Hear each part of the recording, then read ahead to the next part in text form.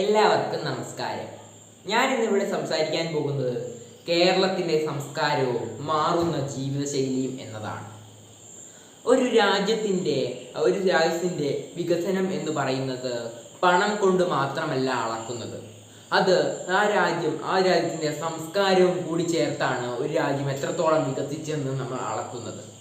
നമ്മളിപ്പോൾ കേരളത്തിൻ്റെ കാര്യം തന്നെ നോക്കുകയാണെങ്കിൽ നമ്മുടെ സംസ്ഥാനമായ കേരളം ദൈവത്തിൻ്റെ സ്വന്തം നാട് എന്നാണ് അറിയപ്പെടുന്നത്. പ്രകൃതി ഭംഗി കൊണ്ട് ഏറ്റവും മികച്ച ഒരു സംസ്ഥാനം തന്നെയാണ് നമ്മുടെ കേരളം. പക്ഷേങ്കിൽ അതുകൊണ്ട് മാത്രമാണോ നമ്മുടെ കേരളം ലോകം മുഴുവൻ അറിയപ്പെട്ടത്? അതുകൊണ്ട് മാത്രമല്ല, നമ്മുടെ കേരളത്തിലെ പഴയകാല സംസ്കാരങ്ങൾ കൊണ്ടും കൂടിയാണ് നമ്മുടെ കേരളത്തെ ലോകം മുഴുവൻ അറിയപ്പെട്ടത്. അപ്പോൾ നമ്മുടെ കേരളത്തിൻ്റെ പഴയകാല സംസ്കാരം എന്ന് പറയുമ്പോൾ വീട്ടിലെല്ലാവരും ഒത്തുചേർന്നിരുന്ന് സംസാരിക്കുകയും അവിടെ കളിച്ചിരികളായും അങ്ങനെയുള്ള സംസ്കാരമായിരുന്നു. അതുപോലെ തന്നെ വൈകുന്നേരമാകുമ്പോഴേക്കും കുട്ടികൾ കളിക്കാൻ പോകുന്നതും മുതിർന്നവർ ചായക്കടയിൽ പോയി ചായ കുടിക്കുന്നതും, അതുപോലെ തന്നെ സ്ത്രീകൾ കുടുംബശ്രീയും ഒക്കെ ചേർന്ന് കൂട്ടുചേർന്നിരിക്കുകയും ഒക്കെ ആയിരുന്നു അന്നത്തെ സംസ്കാരം എന്ന് പറയുന്നത്. പക്ഷേങ്കിൽ നമ്മളിപ്പോൾ നോക്കുകയാണെങ്കിലോ അതെല്ലാം ഇല്ലാതായി എന്നതാണ്. നമ്മുടെ ഉത്സവങ്ങൾ പോലും ഇപ്പോൾ ഡിജിറ്റൽ പരമായാണ് നടക്കുന്നതെന്ന് നമുക്ക് പറയാൻ കഴിയും. നമുക്കറിയാം, ഇപ്പോൾ ഡിജിറ്റൽ ലോകമാണ്.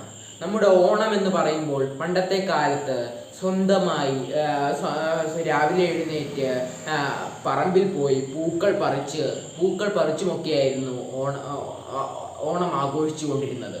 പക്ഷേങ്കിൽ ഇപ്പോൾ നമുക്കറിയാം, ആർട്ടിഫിഷ്യലായി നിർമ്മിച്ച പൂക്കളാണ് ഇപ്പോൾ നമ്മൾ ഉപയോഗിക്കുന്നത്. അപ്പോൾ ഈ ആഘോഷങ്ങളുടെ പ്രധാന ലക്ഷ്യമെന്ന് പറയുന്നത് എന്താണ്? എല്ലാവരും ഒത്തുചേർന്ന് സന്തോഷിക്കാനാണ് ഈ ആഘോഷങ്ങളുടെ പ്രധാന ലക്ഷ്യം. അപ്പോൾ അതിനും നമ്മൾ ഇങ്ങനെ സമയമില്ലാത്ത രീതിയിൽ ചെലവഴിച്ചാൽ ആ ആഘോഷങ്ങളും ഒരു അർത്ഥമില്ലാതാവുകയേ ഉള്ളൂ. നമുക്കറിയാം, ഇപ്പോഴത്തെ തിരക്കിട്ട ജീവിതത്തിൽ ഒരു യുവാവിന് ഓരോരുത്തർക്കും ഇപ്പോൾ ഒന്ന് ശ്വാസം വിടാൻ പോലും സമയമില്ലാത്തൊരവസ്ഥയാണ്. അപ്പോഴാണ് ഉത്സവങ്ങളൊക്കെ എന്തിനാഘോഷിക്കണമെന്ന് അവർ ചിന്തിക്കുന്നത്. ശരിക്കും പറഞ്ഞാൽ ഉത്സവങ്ങളൊക്കെ ആഘോഷിക്കുകയാണ് ചെയ്യേണ്ടത്. കാരണം അത് നമ്മുടെ സംസ്കാരത്തിൻ്റെ ഭാഗമാണ്. നമുക്കറിയാം, നമ്മുടെ കേരളം വിവിധ തരം ഭക്ഷണത്തിൻ്റെ കാര്യത്തിലും നല്ല പ്രൗഢിയിൽ നിൽക്കുന്ന ഒരു സംസ്ഥാനം തന്നെയാണ് നമ്മുടെ കേരളം എന്ന് പറയുന്നത്. അത് നമ്മുടെ കഞ്ഞിയും പയറുമായാലും, അതുപോലെ തന്നെ സദ്യ ആയാലും, അതുപോലെ തന്നെ പല വിഭവങ്ങൾ നമ്മുടെ കേരളത്തിൽ തന്നെ വളരെയധികം പ്രശസ്തമാണ്. പക്ഷേ ഇപ്പോൾ നമ്മൾ നോക്കുകയാണെങ്കിൽ ഏറ്റവും കൂടുതൽ ആൾക്കാർ കഴിക്കാൻ ഇഷ്ടപ്പെടുന്നത് എന്താണ്? ഫാസ്റ്റ് ഫുഡാണ് ഇപ്പോൾ ഏറ്റവും കൂടുതൽ ആൾക്കാർ കഴിക്കാൻ ഇഷ്ടപ്പെടുന്നത്. അത് വായ്ക്ക് രുചി മാത്രമേ ഉണ്ടാക്കുകയുള്ളൂ. ഉള്ളിൽ ചെന്നാൽ അത് വളരെയധികം അപകടകാരിയായ ഒന്ന് തന്നെയാണ്. അതുമൂലമാണ് നമ്മുടെ കേരളത്തിൽ പല രോഗങ്ങളും കൂടി വരാനും കാരണമാകുന്നത്. ഇപ്പോൾ നമ്മുടെ പഴയകാല സംസ്കാരം ഒരിക്കലും മറക്കരുത് എന്നാണ് ഇതിലൂടെ ഞാൻ പറയുന്നത്. നമ്മൾ ഉത്സവങ്ങൾ ആഘോഷിക്കുകയും അതുപോലെ തന്നെ വീട്ടുകാരോടൊപ്പം ചിലവഴിക്കുകയും ഒക്കെ ചെയ്യേണ്ടത് അത്യാവശ്യം തന്നെയാണ്. ഇപ്പോൾ നമ്മൾ നോക്കുകയാണെങ്കിൽ നമ്മൾ ഭക്ഷണം കഴിക്കുമ്പോൾ തന്നെ നമ്മൾ നോക്കാം, പണ്ടത്തെ കാലത്ത് എല്ലാവരും ഒരുമിച്ചിരുന്ന് സന്തോഷത്തോടെയും കാര്യങ്ങൾ സംസാരിച്ചുമൊക്കെയായിരുന്നു ഭക്ഷണം കഴിച്ചിരുന്നത്. പക്ഷേ ഇപ്പോൾ അങ്ങനെയല്ലല്ലോ. ഇപ്പോൾ എല്ലാവരുടെയും കയ്യിൽ മൊബൈൽ ഫോണാണ്. ഓരോരുത്തർക്കും ഓരോ മൊബൈൽ ഫോൺ വീതം ഉണ്ടായിരിക്കും. അപ്പോൾ ആ മൊബൈൽ ഫോണിൽ മുഴുകിയിരുന്നായിരിക്കും ഇപ്പോൾ എല്ലാവരും ഭക്ഷണം കഴിക്കുന്നത്.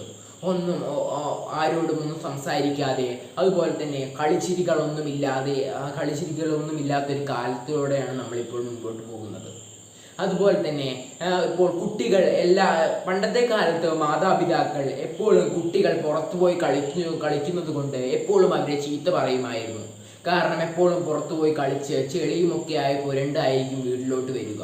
പക്ഷേ ഇപ്പോഴത്തെ കാലത്ത് അങ്ങനെയല്ല. എല്ലാവരും വീട്ടിലിരുന്ന് സോഷ്യൽ മീഡിയയിലും അകപ്പെട്ടിരിക്കുകയാണ്. ആരും പുറത്തിറങ്ങാൻ താല്പര്യപ്പെടുന്നില്ല. ഇപ്പോഴത്തെ മാതാപിതാക്കളുടെ ഏറ്റവും വലിയ വിഷമം എന്ന് പറയുന്നത് കുട്ടികൾ പുറത്തുപോയി കളിക്കാത്തതും ഒക്കെയാണ്. അപ്പോൾ നമ്മുടെ പഴയ സംസ്കാരത്തിലോട്ട് നമ്മൾ പോകണമെന്നാണ് എനിക്ക് പറയാനുള്ളത്. നമ്മൾ ഒരുമിച്ചിരുന്ന് ഒരു ഭക്ഷണം കഴിക്കുകയും അതുപോലെ തന്നെ പുറത്ത് പോയി ഒത്ത് കളിക്കുകയും ഉത്സവങ്ങളിലൊക്കെ എല്ലാവരും ഒരുമിച്ച് പങ്കാളിയാവുകയും സന്തോഷങ്ങൾ പങ്കിടുകയും അതുപോലെ തന്നെ ആരോഗ്യകരമായ ഭക്ഷണം കഴിക്കുകയും ഒക്കെ ചെയ്യേണ്ടത് അത്യാവശ്യം തന്നെയാണ്. നമ്മുടെ കേരളം പ്രശസ്തമായ രീതി തന്നെ നമുക്കറിയാം, നമ്മുടെ സംസ്കാരം കൊണ്ടും അതുപോലെ തന്നെ പ്രകൃതി ഭംഗി കൊണ്ടാണ്. അപ്പോൾ നമ്മൾ ആ കാര്യം ഒരിക്കലും മറക്കാൻ പാടില്ല. ഇത്രയും പറഞ്ഞുകൊണ്ട് ഞാൻ എൻ്റെ പ്രസംഗം നിർത്തുന്നു. നന്ദി.